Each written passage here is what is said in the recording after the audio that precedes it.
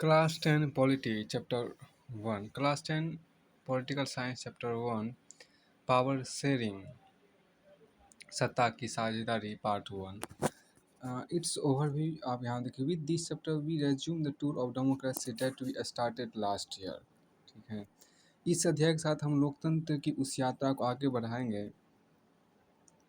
लोकतंत्र की उस यात्रा को आगे बढ़ाएंगे जो पिछले साल हमने शुरू की थी। अब देखिए we noted last year that in a democracy all power does not rest with any one organ of the government. पिछले साल हमने देखा था कि लोकतांत्रिक व्यवस्था में सारी ताकत किसी एक अंग तक सीमित नहीं होती। स्मिथ ने देखो an sharing of power among an intelligent sharing of power among legislature, executive and judiciary too is very important to the design of a democracy। यहाँ देखिए जो कहा गया कि an intelligent sharing of power legislature, executive and judiciary is very important to the design of a democracy।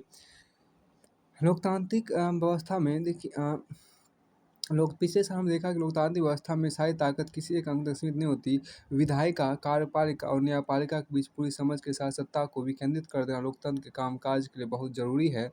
In this and the next two chapters we carry this idea of power sharing forward। We start with two stories from Belgium and Sri Lanka।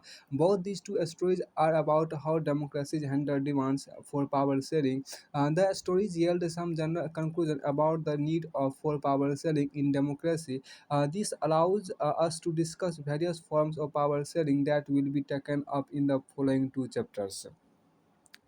पिछले साल हमने देखा था कि लोकतांत्रिक व्यवस्था में सारी ताकत किसी एक अंग तक सीमित नहीं होती। विधायिका, कार्यपालिका और न्यायपालिका के बीच पूरी समझ के साथ सत्ता को विकेंद्रित कर देना लोकतंत्र के कामकाज के लिए बहुत जरूरी है। पहले 3 अध्यायों में हम सत्ता के बंटवारे पर सोच विचार को आगे बढ़ाएंगे। आइए हम बेल्जियम और श्रीलंका की दो कथाओं के साथ शुरुआत करते हैं। ये दोनों घटनाएं बताती है कि विभिन्न लोकतांत्रिक शासन पद्धतियां सत्ता के बंटवारे की मांग से किस तरह निपटती है। इन घटनाओं से समझने में कुछ मदद मिलेगी कि आखिर लोकतंत्र में सत्ता के बंटवारे की जरूरत क्यों होती है। हम सत्ता के बंटवारे के उन रूपों पर बातचीत कर सकेंगे जिनकी चर्चा अगले 2 अध्यायों में की गई है। तो यहाँ पर आपको यहाँ पर बेल्जियम श्रीलंका की स्टोरी आपको यहाँ पर दिया गया है। Belgium is a small country. Belgium and Sri Lanka मतलब बेल्जियम एंड श्रीलंका की बात यहाँ पर आपको की गई। देखिए Belgium is a small country in Europe, smaller in area than the state of Haryana. It has borders with France, the Netherlands, Germany and Luxembourg. इट हैज a population of a little over 1 crore, about half the population of Haryana। The ethnic composition of this small country is very complex। Of the country's total population, 59% lives in the Flemish region and speak Dutch language. Another 40% people live in Wallonia region and speak French. Remaining 1% of the Belgians speak German. In the capital city Brussels, 80% people speak French, while 20% are Dutch speaking। The minority French-speaking community was relatively rich and powerful. This was resented by the Dutch-speaking community. The minority French-speaking community was relatively rich and powerful. This was resented by the Dutch-speaking community, who got the benefit of economic development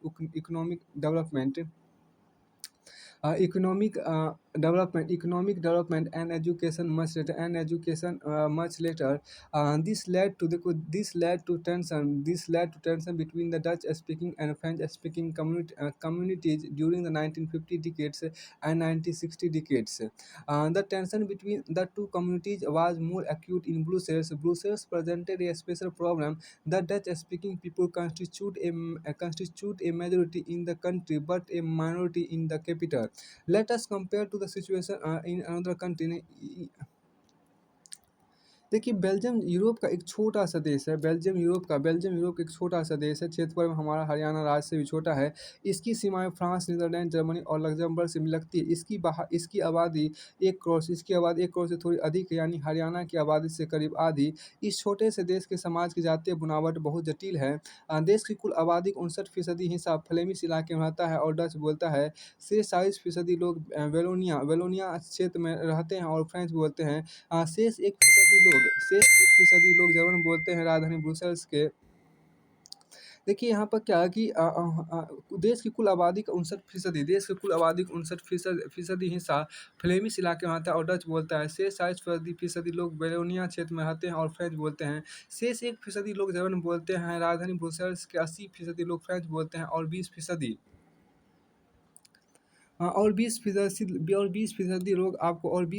लोग Dutch भाषा बोलते हैं। अल्पसंख्यक French भाषी लोग तुलनात्मक रूप से ज़्यादा समृद्ध और ताकतवर रहे हैं। बहुत बाद में जाकर आर्थिक विकास और शिक्षा का लाभ पाने वाले डच भाषी लोगों को इस स्थिति से नाराज़गी थी। इसके चलते 1950-1960 के दशक में French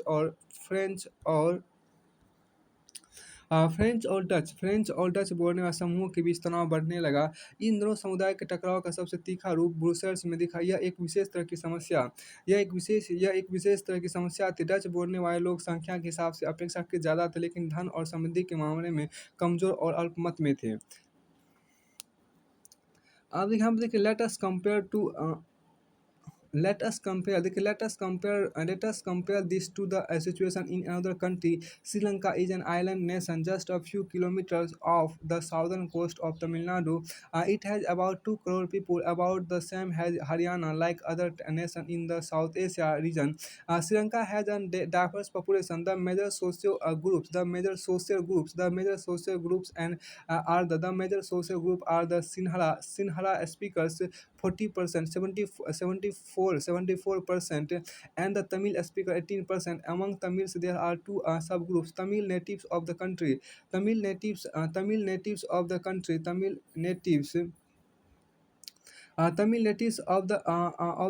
are called Sri Lankan Tamils, 13%.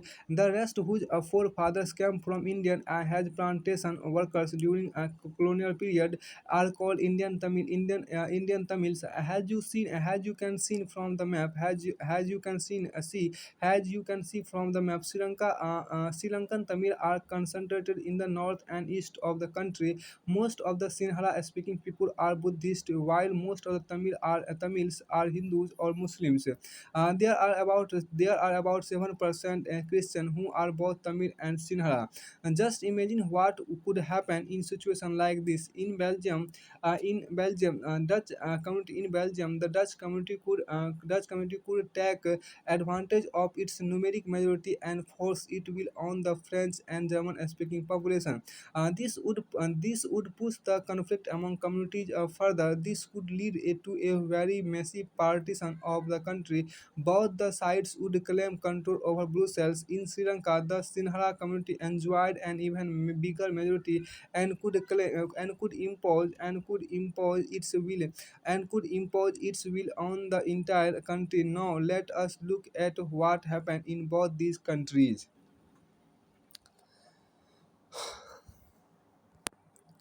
आइए इस स्थिति की तुलना एक और देश से करें। आइए इस स्थिति की तुलना एक और देश से करें। देखिए, आइए इस स्थिति की तुलना एक और देश से करें। तो श्रीलंका एक द्वीपीय देश है जो तमिलनाडु के दक्षिणी तट से कुछ किलोमीटर की दूरी पर स्थित है। इसकी आबादी करीब 2 करोड़ है, यानी हरियाणा के बराबर। दक्षिण एशिया के अन्य देशों की तरह श्रीलंका की आबादी में भी कई जातीय समूह के लोग हैं। सबसे प्रमुख जातीय समूह आपको सिन्हलियों का है, जिनकी आबादी कुल जनसंख्या का 74% है। फिर तमिलों का नंबर आता है, जिनकी आबादी कुल जनसंख्या का 18% है। तमिल में भी दो समूह हैं: श्रीलंकाई मूल श्रीलंकाई मूल के तमिल 13% हैं और हिंदुस्तानी तमिल जो औपनिवेशिक शासनकाल में बगानों में काम करने के लिए भारत से लाए गए लोगों की संतान है। मौजूदा श्रीलंका के नक्शे पर गौर करें तो पाएंगे कि तमिल मुख्य रूप से उत्तर और पूर्वी प्रांतों में आबादी अधिक है। मुख्य रूप से देखिए मौजूदा श्रीलंका के नक्शे पर गौर करें तो पाएंगे कि तमिल मुख्य रूप से उत्तर और पूर्वी प्रांतों में अधिक है, आबाद है। अधिकतर सिंहली भाषा लोग बौद्ध हैं। अधिकतर सिंहली भाषा वाले लोग बौद्ध हैं, जबकि तमिल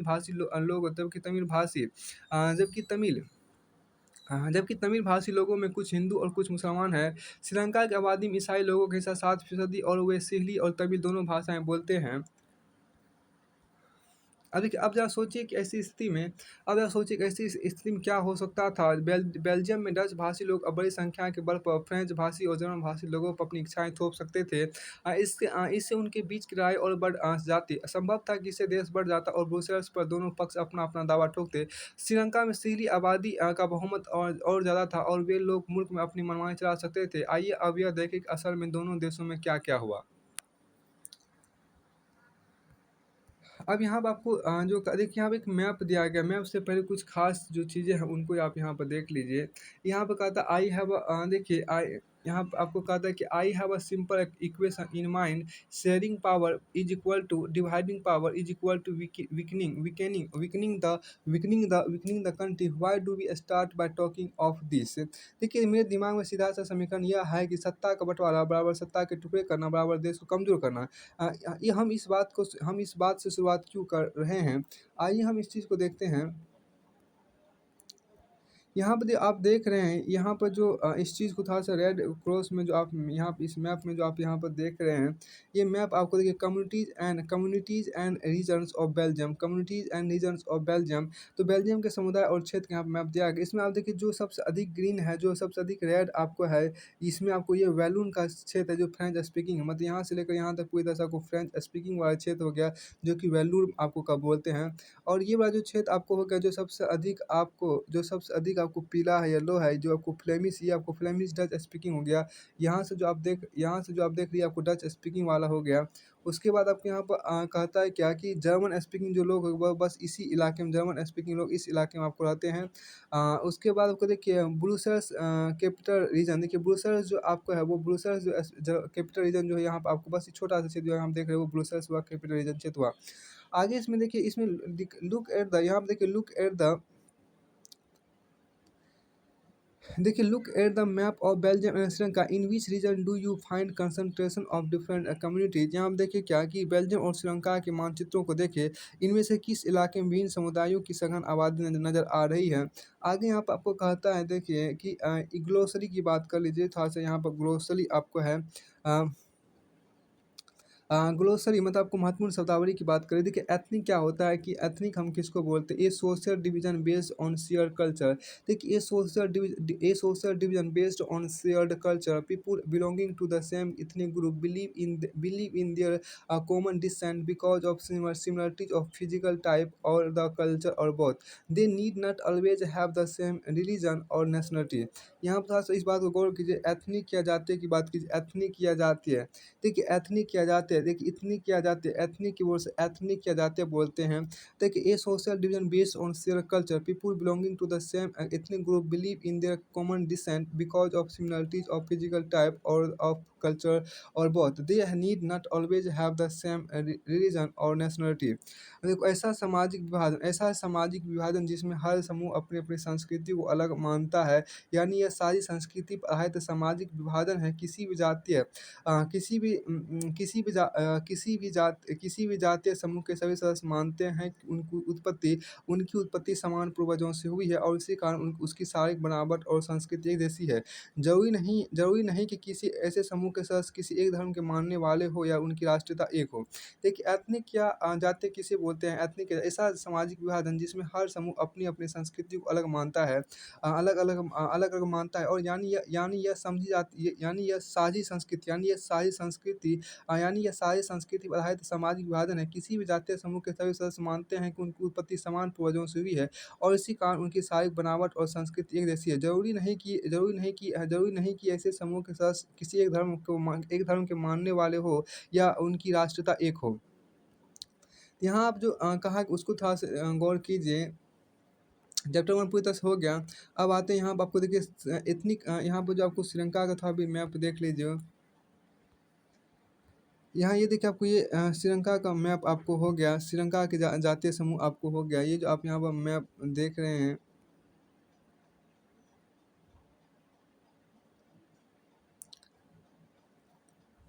तो यहाँ पे आप जो देख रहे हैं आपको श्रीलंका की ethnic community of Sri Lanka Sri Lanka देखिए श्रीलंका के जातीय समूह आपको यहाँ पर हो गया। देखिए यहाँ जो है सिंहलीज, देखो सिंहलीज आपको हो गया, सिंहली जिसे बोलते हैं। ये जो आप येलो कलर में देख रहे हैं संपूर्ण यहाँ से यहाँ तक ये आपको सिंहली हो गया। ये यहाँ पर जितना भी आपको येलो कलर दिख रहा है ये सभी आपको सिंहली के अंतर्गत आते हैं, सिंहली लोग वाले हैं। उसके बाद देखिए जितना भी आपको थोड़ा रेड जो देखिए श्रीलंकन तमिल ये पूरे रेड वाले क्षेत्र जो आपको है वो श्रीलंकन तमिल हो गए। इसके बाद देखिए इंडियन तमिल डीप जो आपको हो गई ये सब इंडियन तमिल वाले क्षेत्र हो गए, ये सब इंडियन तमिल वाले क्षेत्र हो गए। उसके बाद देखिए ये छोटे-छोटे बिंदा जहाँ देख रहे हो आपको मुस्लिम के अंतर्गत, यानी कि हम ये कह सकते हैं ये मुस्लिम जितना बिंदा आप देख रहे हैं वो सब मुस्लिम इलाका आपको हो गया। ये आपको तीनों देखिए ये जो क्षेत्र आपको दिया गया तीनों कोल भी आपको तीन कोमैली ये भी मुस्लिम क्षेत्र हो गया। बैटी के लोआ ये भी हो गया, कैनेडी भी हो गया, ये सब मतलब मुस्लिम क्षेत्र के अंतर्गत यहाँ पर हम कह सकते हैं। तो फिर आपको आगे इसमें आपको जाफना यहाँ पर देख रहे हैं आप ये जाफना हो गया। अब देखिए मेजोरिटेरियनिज़्म इन श्रीलंका में आपको मेजोरिटेरियनिज़्म की बात करते हैं। देखिए श्रीलंका मेजोरिटेरियनिज़्म इन श्रीलंका की बात कीजिए यहाँ पर। श्रीलंका में आपको बहुसंख्यकवाद की बात थोड़ा-सा यहाँ पर कर लेते हैं। देखिए यहाँ पर श्रीलंका में आपको क्या है कि बहुसंख्यकवाद की बात करें मेजोरिटेरियन देखिए मेजोरिटेरियनिज़्म इन श्रीलंका। तो मेजोरिटेरियनिज़्म इन श्रीलंका देखिए मेजोरिटेरियनिज़्म इन श्रीलंका की बात की श्रीलंका में आपको बहुसंख्यकवाद की बात की गई है। देखिए श्रीलंका यहाँ पे देखिए Sri Lanka emerged as an independent country in 1948 the other leaders of the Sinhala the leaders sir देखो Sri Lanka emerged as an independent country in 1948 the leaders of देखो the leaders of the Sinhala community sought to secure dominance over government by virtue of their majority. Has a result the democratically it has a result the democratically elected government adopted a series of majoritarian measures to establish Sinhala supremacy. देखिए सन 1948 में श्रीलंका स्वतंत्र राष्ट्र बना। सिंहली समुदाय के नेताओं ने अपनी बहुसंख्या के बल पर शासन प्रभुत्व जमाना चाहा। यहाँ पे देखिए क्या कि सन 1948 में श्रीलंका स्वतंत्र राष्ट्र बना। सिंहली समुदायों के नेताओं ने अपनी बहुसंख्या के बल पर शासन पर प्रभुत्व जमाना चाहा। इस वजह से लोकतांत्रिक रूप से निर्वाचित सरकार ने सिंहली समुदाय की प्रभुत्व कायम करने के लिए बहुसंख्यक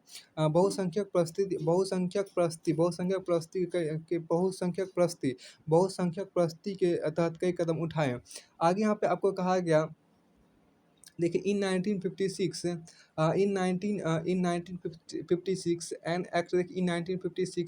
N act was passed to recognise Sinhala as the only official language, thus disregarding Tamil. The government followed a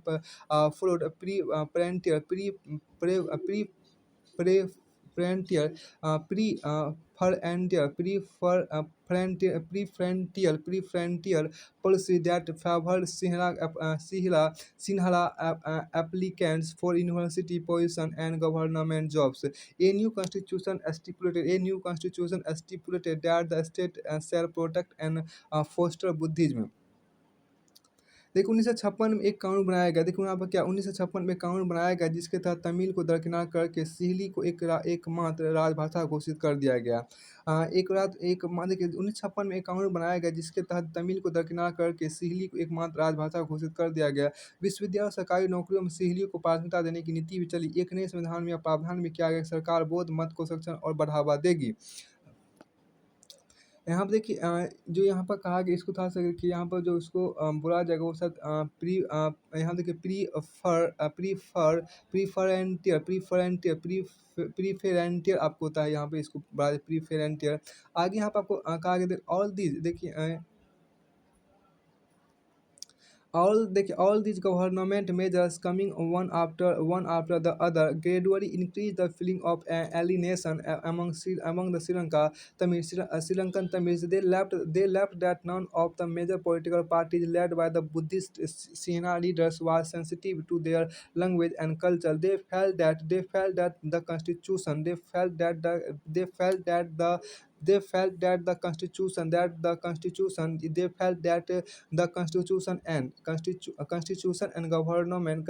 and government policies denied them equal political right, discriminated against them in getting job and other opportunities, and ignored their interest.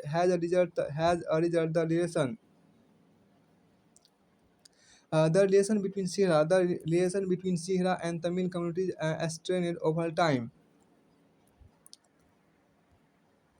देखिए यहाँ पर क्या एक-एक करके आए, देखिए यहाँ पर जो आपको कहा गया एक-एक करके आए इन सरकारी फैसलों ने एक-एक करके आए इन सरकारी फैसलों ने श्रीलंकाई तमिलों की नाराज़गी और शासन को लेकर उसमें बेगानापन बढ़ाया।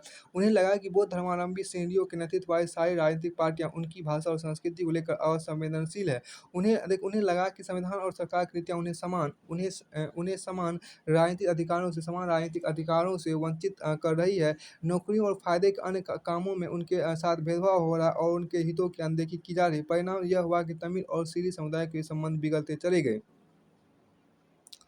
अब यहाँ पे देखिए जो ख़ास चीज़ आपको कही उससे पहले इस चैप्टर के जो कुछ महत्वपूर्ण वर्ड हैं उसको देख लीजिए। आपको मेजोरिटेरियनिज़्म समझते हैं कि मेजोरिटेरियनिज़्म क्या होता है? मतलब कि हम ये देखिए यहाँ मेजोरिटेरियनिज़्म जो आपके यहाँ पर कहा गया है जिसको हम बहुसंख्यकवाद बोलते हैं, वो समझने का प्रयास करते हैं कि बहुसंख्यकवाद आपको क्या है? देखिए यहाँ पर मेजोरिटेरियनिज़्म आपके यहाँ पे है, मेजोरिटेरियनिज़्म आपके यहाँ पे है। तो मेजोरिटेरियनिज़्म आपके यहाँ पे है, मेजोरिटेरियनिज़्म मतलब कि हम बहुसंख्यकवाद किसे कहते हैं उसको समझिए यहाँ पर। ए देखिए यहाँ पर क्या a believe that the majority community should be able to rule a country in whichever way it want by disregarding the wishes and needs of minority. Majoritarianism किसको बोलते हैं? A believe that the majority community should be able to rule a country in whichever way it wants by disregarding the wishes and needs of the minority। देखिए यह मान्यता की खास इसको समझिए। यह मान्यता कि अगर कोई समुदाय बहुसंख्यक है तो अपने मनचाहे ढंग से देश का शासन कर सकता है और इसके लिए वो अल्पसंख्यक समुदाय की ज़रूरत या इच्छाओं की अवहेलना कर सकता है। उसी को हम लोग अल्पसंख्यकवाद बोलते हैं। यह मान्यता कि अगर कोई समुदाय बहुसंख्यक है तो अपने मनचाहे ढंग से देश का शासन कर सकता है और इसके लिए वो अल्पसंख्यक समुदाय की ज़रूरतों या इच्छाओं की अवहेलना कर सकता है। आगे यहाँ पर जो कहा गया देखिए the Sri Lankan Tamil launched party.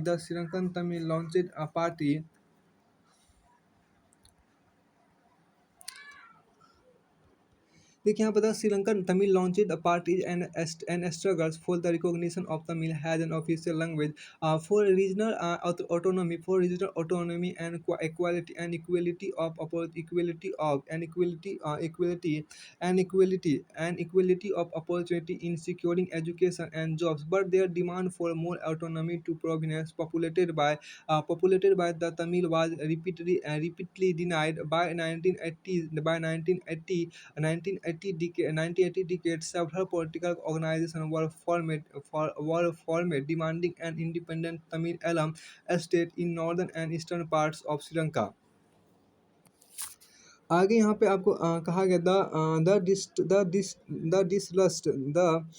the distrust between the two communities turned into widespread conflict. It soon turned into a civil war. Thousands of people of both the communities have been killed. Many families were forced to leave the country as refugees, and many more lost their livelihood. You have read chapter 1 of economic textbook class 10 about Sri Lanka's excellent record of economic development, education, and health. But the civil war has caused a terrible setback to the social, culture, and economic life of the country. It ended in 2009।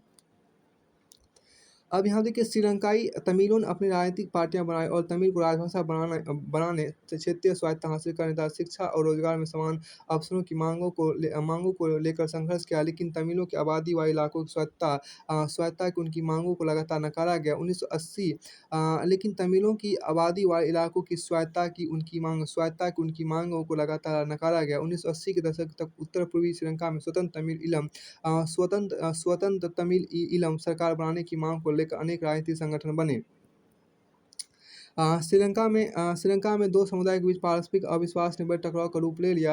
यह टकराव आपको गृहयुद्ध में परिणत हुआ। परिणामस्वरूप दोनों पक्ष के हजारों लोग मारे जा चुके थे। अनेक परिवार अपने मुल्क से भागकर शरणार्थी बन गए थे।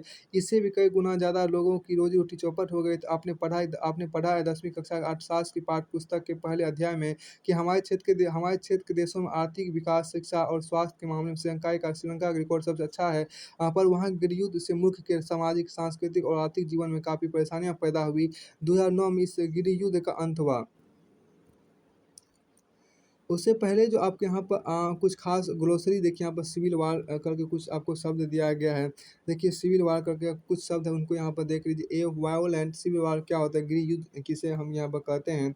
इसको थोड़ा सा देखिए यहाँ पर क्या है कि देखिए civil war a violent conflict between opposing groups within a country that becomes so intense that it happens like a war. देखिए a violent conflict between opposing groups within a country that becomes so intense that it appears like a war. देखिए किसी मुल्क में सरकार विरोधी समूहों की हिंसक लड़ाई किसी मुल्क में सरकार विरोधी समूहों की हिंसक लड़ाई ऐसा रूप ले कि वह युद्ध सा लगे तो उसे गृहयुद्ध कहते हैं। किसी मुल्क में सरकार विरोधी समूहों की हिंसक लड़ाई ऐसा रूप कि वह युद्ध सा लगे तो उसे गृहयुद्ध कहते हैं। किसी मुल्क में सरकार विरोधी समूहों की हिंसक लड़ाई ऐसा रूप ले कि वह युद्ध सा लगे तो उसे गृहयुद्ध कहते हैं। A violent conflict between groups uh, opposing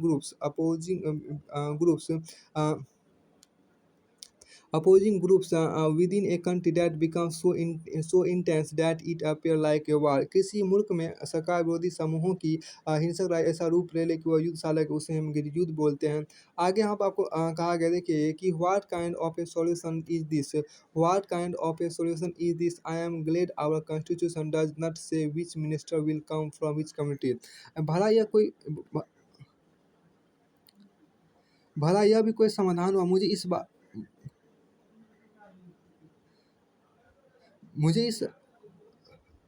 मुझे इस बात की खुशी है कि हमारा संविधान ऐसी बातें नहीं कहता है कि किस समुदाय से कितने मंत्री होंगे। भला यह कोई संविधान हुआ। मुझे इस बात की खुशी है कि हमारा संविधान ऐसी बातें नहीं कहता है नहीं कहता है कि किस समुदाय से कितने मंत्री होंगे। फिर आपको आगे यहाँ पे कहता है आगे यहाँ पर आपको है क्या देखिए कि बहुसंख्यक समुदाय। यहाँ देखिए what's wrong if the majority community rules. What's wrong if the majority community rules if Sinhalas don't rule in Sri Lanka where else will they rule. देखिए बहुसंख्यक समुदाय के शासन में क्या हर्ज है। बहुसंख्यक समुदाय के शासन में क्या हर्ज। अगर श्रीलंका में सीरियो का राज नहीं होगा तो किसका राज होगा। अगर श्रीलंका में सीरियो का राज नहीं होगा तो किसका राज होगा।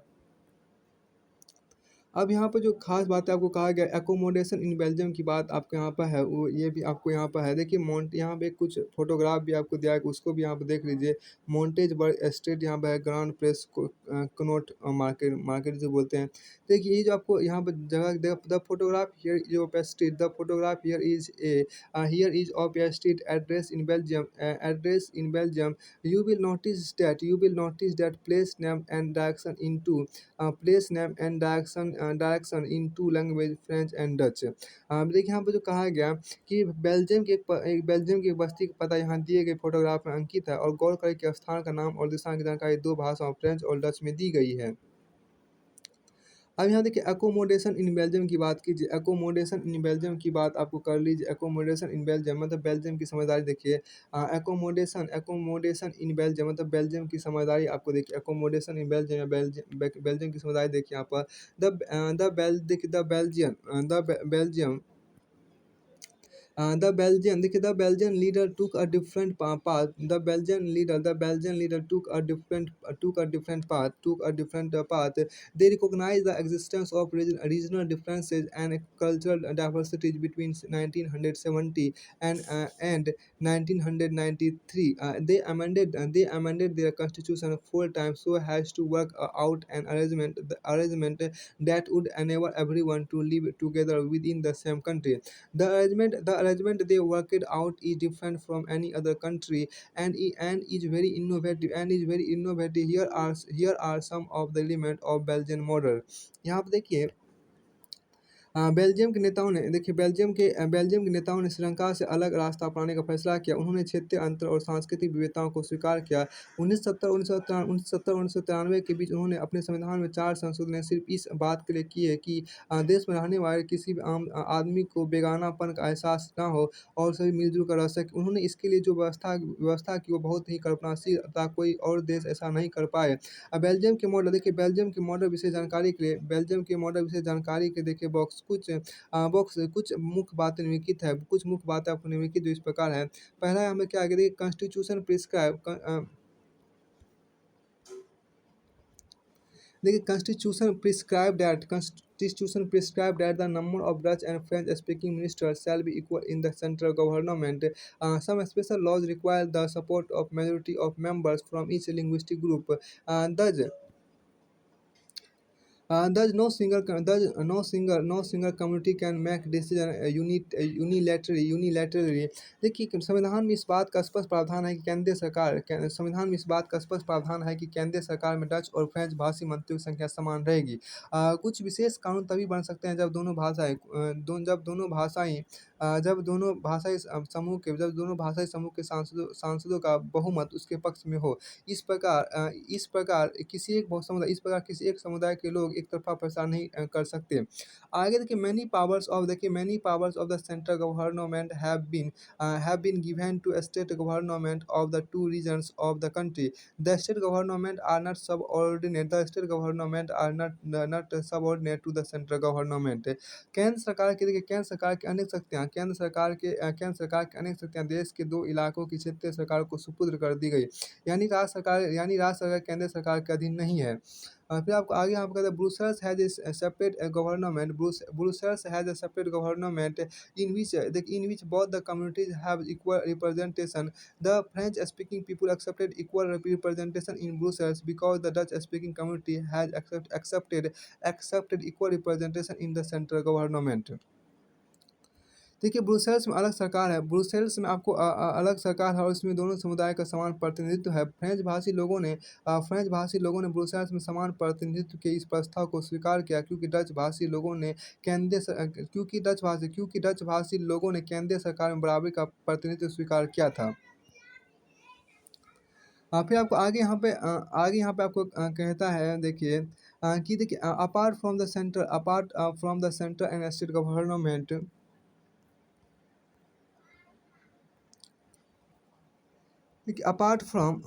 apart from the center and the state government, there is a third kind of government. This community government elected by people belonging to the one language community, Dutch, French, and German speaking. No matter where they live, this government has the power regarding culture, education, and language related issues. देखिए केंद्रीय और राज्य सरकारों के अलावा यहाँ एक तीसरे स्तर की सरकार भी काम करती है यानी सामुदायिक सरकार। इस सरकार का चुनाव एक ही भाषा बोलने वाले लोग करते हैं। एक ही भाषा बोलने वाले लोग करते हैं। डच, फ्रेंच और जर्मन बोलने वाले समुदाय के लोग चाहे वे जहाँ भी रहते हो, इस सामुदायिक सरकार को चुनते हैं। इस सरकार को संस्कृति, शिक्षा और भाषा जैसे मसलों पर फैसले लेने का अधिकार है। तो फिर आपको आगे यहाँ पे कहता है you might find the Belgium model very complicated. आपको बेल्जियम मॉडल कुछ जटिल लग सकता है। देखिए you might find the Belgium model very complicated. It indeed is very complicated even for people living in Belgium. But these arrangements have worked well so far. They helped to avoid civic strife between the two major communities and a possible division of the country. country on linguistic lines. When many countries of Europe came together to form the European to form the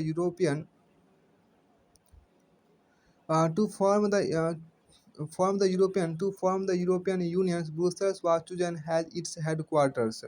यहाँ पर आप देखिए आपको Belgium का model कुछ जटिल लग सकता है, निश्चित रूप से जटिल है। खुद बेल्जियम में रहने वाले लोगों के लिए भी पर यह व्यवस्था बेहद सफल है। इससे मुल्क में गृहयुद्ध की आशंका पर विराम लग गया, वरना गृहयुद्ध की स्थिति में बेल्जियम भाषा के आधार पर दो टुकड़ों में बंट गया होता। जब अनेक यूरोपीय देशों ने साथ मिलकर यूरोपीय संघ बनाने का फैसला किया, तो ब्रुसेल्स को उसका मुख्यालय चुना गया। तो फिर आपको आगे एक यहाँ पर इमेज आपको शो किया गया। इस इमेज को आप देखिए, जो इमेज आपको ये European parliament in Brussels Belgium आपको है। ये जो इमेज आप यहाँ पर देख रहे हैं, ये इमेज आपको यहाँ पर है, वो ब्रुसेल्स बेल्जियम में स्थित यूरोपीय संसद है। ये जो इमेज है वो आपको यूरोपीय संसद का इमेज है, जो कि बेल्जियम की राजधानी ब्रुसेल्स में स्थित है। फिर आपको आगे यहाँ पर कुछ बातें आपको कही गई, यहाँ पर देखिए। यहाँ देखिए, सो यू आर सेइंग, देखिए आपको यहाँ पर क्या कि so you are saying that sharing of power make us so you are saying that sharing of power makes us more powerful sounds और लेट मी थिंक। तो आपके कहने का मतलब है कि सत्ता में हिस्सेदारी से हम ज़्यादा ताकतवर होते हैं। यह बात तो कुछ अजीब लगती है, और खैर ज़रा सोचने दीजिए। आगे यहाँ पर देखिए, ये एक आपको यहाँ पर read any newspaper for 1 week, read any newspaper for 1 week. यहाँ आपको कहा गया, देखिए ये जो कहता है रीड एनी न्यूज़पेपर, देखिए read any newspaper for 1 week and make clippings of news related to ongoing conflict or wars. A group of five students could pool their clipping together and do the following. Classify this conflict by their location, your state, India, outside India. Find out the cause of each of these conflicts. How many of these are related to power sharing disputes? Which of these conflict could be resolved by working out power sharing arrangement है। देखिए, कोई एक अखबार पूरे हफ्ते भर पढ़े और फिर युद्धों और लड़ाइयों की खबरों की कतरने जमा करे। पाँच पाँच छात्रों के दो समूह एक साथ यह काम कर सकते हैं। फिर दोनों समूह अपनी सारी कतरन साथ मिलाकर कुछ इस तरह से काम कर सकते हैं। सारे झगड़ों को उनके स्थान, अपने प्रदेश, देश से बाहर के हिसाब से वर्गीकृत करें। इन टकरावों के कारण जानने की कोशिश करें। इनमें से कितने विवाद सत्ता के बंटवारे को लेकर है। इनमें से किस किस विवाद को सत्ता में साझेदारी तय करके सुलझाया जा सकता है। तो फिर आपको आगे यहाँ पे कहता है क्या, देखिए कि आगे यहाँ पर कहा गया व्हाट टू लर्न। देखिए आगे यहाँ पर आपको है कि बेल्जियम और श्रीलंका की इन दो कथाओं, देखिए व्हाट डू वी लर्न। तो यहाँ पर देखिए what do we learn from these two stories of Belgium and Sri Lanka. Both are democracies yet they dealt with the question of power sharing differently. In Belgium, the leaders have realized that the unity of the country is possible only by respecting the feelings and interests of different communities and regions देखिए such a realization resulted in mutual such a realization resulted in mutually acceptable arrangement for sharing power. Sri Lanka shows us a contrasting example. It shows us that if a majority community wants to force its dominance over other and refuses to share power, it can undermine the unity of the country. It can undermine the unity of the country. अब देखिए Belgium और श्रीलंका की इन कथाओं से हमें क्या शिक्षा मिलती है। दोनों ही देश लोकतांत्रिक है, फिर भी सत्ता में साझेदारी के सवाल को उन्होंने अलग अलग ढंग से निपटाने की कोशिश की। बेल्जियम के नेताओं को लगा कि विभिन्न समुदाय और क्षेत्रों की भावनाओं का आदर करने पर ही देश की एकता संभव है। इस एहसास के चलते दोनों पक्ष सत्ता में साझेदारी करने पर सहमत हुए। श्रीलंका में ठीक उल्टा रास्ता अपनाया गया। इससे यह पता चलता है कि अगर बहुसंख्यक समुदाय दूसरों पर प्रभुत्व कायम करने और सत्ता में उनको हिस्सेदार न बनाने का प्रयास करता। देखिए श्रीलंका में स्थिति जस्ट उल्टा है। अगर बहुसंख्यक समुदाय दूसरों पर प्रभुत्व कायम करने और सत्ता में उनको हिस्सेदार न बनाने का प्रयास करता है, तो इस देश की एकता ही संकट में पड़ सकती है। फिर आपको आगे यहाँ पे एक इमेज आपके यहाँ पर शो किया गया है, उस इमेज को थोड़ा-सा आप यहाँ पर देखिए, दूसरे पेज में जो इमेज है, इस इमेज को थोड़ा-सा यहाँ पर देखिए। ये इमेज आपके यहाँ पर कहता है, देखिए फाइन जर्मन इंजीनियरिंग, देखिए फाइन जर्मन इंजीनियरिंग यहाँ पर जर्मन गवर्नमेंट है। और यहाँ पर जो इमेज है वो आपको क्या कि जर्मन इंजीनियरिंग का बेहतर नमूना है, जर्मन गवर्नमेंट आपके यहाँ पर है। फिर आपको आगे यहाँ पे आपको है, और देखिए उससे पहले आपके यहाँ पर देखिए why power sharing is desirable, देखिए सत्ता की साझेदारी क्यों ज़रूरी है, सत्ता की साझेदारी आपको क्यों ज़रूरी है। यहाँ पर जो कहा गया व्हाई पावर शेयरिंग, देखिए why power sharing is desirable, why power sharing is desirable. देखिए thus two different sets of reason can be given in favour of power sharing. Firstly power sharing is good because it help to reduce the possibility of conflict between social groups. Since social conflict often leads to violence and political instability. Power sharing is a good way to ensure the stability of political order, imposing the will of majority community. Imposing the will of majority community over others may look like an attractive option in the short run, but in the long run, it undermines the unity of the nation.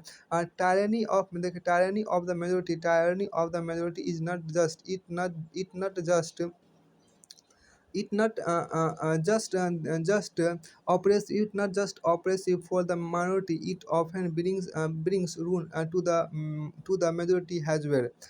आगे देखिए इस प्रकार सत्ता के बंटवारे के पक्ष में, सत्ता के बंटवारे के पक्ष में दो तरह के तर्क दिए जा सकते हैं। पहला, सत्ता का बंटवारा ठीक है क्योंकि इससे विभिन्न सामाजिक समूहों के बीच टकराव का अंदेशा कम हो जाता है। क्योंकि सामाजिक टकराव आगे बढ़कर अक्सर हिंसा और राजनीतिक अस्थिरता का रूप ले लेता है, इसलिए सत्ता में हिस्सा दे देना राजनीतिक व्यवस्था के स्थायित्व के लिए अच्छा है। बहुसंख्यक समुदाय की इच्छा को बाकी सभी पर थोपना तात्कालिक तौर पर लाभकारी लग सकता है, तात्कालिक तौर पर कुछ समय के लाभकारी लग सकता है, परंतु आगे चलकर लंबे समय के लिए यह देश की यह देश का अखंडता के लिए घातक हो सकता है। बहुसंख्यकों का आतंक सिर्फ अल्पसंख्यकों के लिए ही परेशानी पैदा नहीं करता, अक्सर यह बहुसंख्यकों के लिए भी बर्बादी का कारण बन जाता है। देखिए there is a second deeper reason why power sharing is good for democracy. Power sharing is the very spirit of democracy. A democratic rule involves sharing power with those affected by its exercise, and who have to live with its effect. People have a right to be consulted on how they are to be governed. देखिए legitimate government is one where citizens through participation acquire a stake in the system. Let us call the first set of reason prudential, and the second moral. While prudential reason stress that power sharing will bring out better outcomes, moral reasons emphasize the very act of power sharing has valuable. यहाँ देखिए एक जो सत्ता का बंटवारा आपको लोकतांत्रिक व्यवस्थाओं के ठीक है। सत्ता का बंटवारा जो आपको है, देखिए सत्ता का बंटवारा लोकतांत्रिक व्यवस्थाओं के लिए ठीक है। इसके पक्ष में एक और बात कही जा सकती है, और वह बात कहीं ज़्यादा गहरी है। सत्ता की साझेदारी दरअसल लोकतंत्र की आत्मा है। लोकतंत्र का मतलब ही होता है कि जो लोग इस शासन व्यवस्था के अंतर्गत हैं उनके भी सत्ता को बांटा जाए, और ये लोग इसी ढर्रे से रहे। इसे वैध सरकार मतलब लीगल सरकार वही है जिसमें अपनी भागीदारी के माध्यम से सभी समूह शासन व्यवस्था से जुड़ते हैं। इसलिए देखिए वैध सरकार वही है जिसमें अपनी भागीदारी के माध्यम से सभी समूह शासन व्यवस्था से जुड़ते हैं। देखिए यहाँ पे जो कहा गया इन दो तर्कों में से एक को हम युक्तिपरक और दूसरे को नैतिक तर्क कह सकते हैं। युक्तिपरक या समझदारी का तर्क लाभकर परिणामों पर जोर देता है, जबकि नैतिक तर्क सत्ता के बंटवारे के अंतर्भूत महत्व को बताता है। इन दो तर्कों में से एक को हम युक्तिपरक और दूसरे को नैतिक तर्क कह सकते हैं। युक्तिपरक या समझदारी का तर्क लाभकर परिणामों पर जोर देता है, जबकि नैतिक तर्क सत्ता के बंटवारे के अंतर्भूत महत्व को बताता है। तो फिर आपको आगे यहाँ पे कहा गया, देखिए इस इमेज का थोड़ा सा यहाँ पर कुछ मेंशन किया है, उस इमेज का देखिए आप देख लीजिए। इस इमेज की कुछ बातें यहाँ पर आपको मेंशन की, इसको यहाँ पर देख लीजिए। इमेज जो आपको देखिए the cartoon at the The cartoon at the left refers to the problem of running the Germany's grand coalition government that includes the two major parties of the country, namely the Christian Democratic Union and the Social Democratic Party. The two parties are historically rivals to each other. They had to form a coalition government because neither of them got clear majority of seats on their own in 2005. In 2005 election, they take divergent position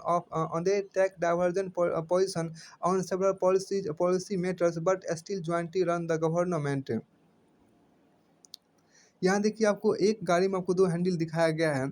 आगे देखिए बाएँ तरफ अंकित cartoon में जवानी की एक समस्या का संकेत किया गया है। वहाँ क्रिश्चियन डेमोक्रेटिक पार्टी और सोशल डेमोक्रेटिक पार्टी नामक 2 बड़ी पार्टियों की गठबंधन सरकार है। ऐतिहासिक रूप से ये दोनों पार्टियाँ एक-दूसरे की प्रतिस्पर्धी रही है। सन 2005 के चुनाव में इन दोनों में से किसी को अपनी बूते सरकार बनाने के लायक बहुमत नहीं मिला, इसलिए इन्हें गठबंधन सरकार बनानी पड़ी। दोनों दल विभिन्न नीतिगत मामलों पर अलग-अलग पक्ष लेते हैं, फिर भी वह साथ मिलकर सरकार चला रहे हैं। जर्मनी की संसद के बारे में जानकारी के लिए आप इस नाम पर लॉग ऑन कर सकते हैं। For detail about German Parliament, you can visit www.bundestag.d.in। आगे यहाँ पर जो कहा है उसको थोड़ा सा आप देख लीजिए। देखिए यहाँ पे युक्ति पर प्रूडेंटर की बात करते हैं, प्रूडेंटर की बात करें मतलब युक्ति पर की बात करते हैं। बेस्ड ऑन प्रूडेंस, देखिए बेस्ड ऑन प्रूडेंस और on careful calculation of gains and losses. देखिए बेस्ड ऑन प्रूडेंस और on careful calculation of gains and loses. देखिए prudential decision are usually concentrated with decision based purely on moral consideration। देखिए हानि लाभ का सावधानीपूर्वक हिसाब लगाकर लिया गया फैसला पूरी तरह से नैतिकता पर आधारित फैसला अक्सर इसके उलट होता है। हानि लाभ का सावधानीपूर्वक हिसाब लगाकर लिया गया फैसला पूरी तरह से नैतिकता पर आधारित फैसला अक्सर इसके उलट होता है। हानि लाभ का सावधानीपूर्वक हिसाब लगाकर लिया गया फैसला पूरी तरह से नैतिकता पर आधारित फैसला अक्सर इसके उलट होता है। तो हानि लाभ का सावधानीपूर्वक हिसाब लगाकर लिया गया फैसला पूरी तरह से नैतिकता पर आधारित फैसला अक्सर इसके उलट होता है। Based on prudence or on careful calculation of gains and losses, prudential decisions are usually contrasted. Prudential decisions are usually contrasted with decision based purely on moral consideration। यहाँ पे एक आपका स्टडी दिया है, उस चीज़ को थोड़ा सा समझिए। यहाँ पर एक स्टडी जो आपके यहाँ पर है एनिथे नाम की जो एक, देखिए यहाँ पर आपको है एनिथे।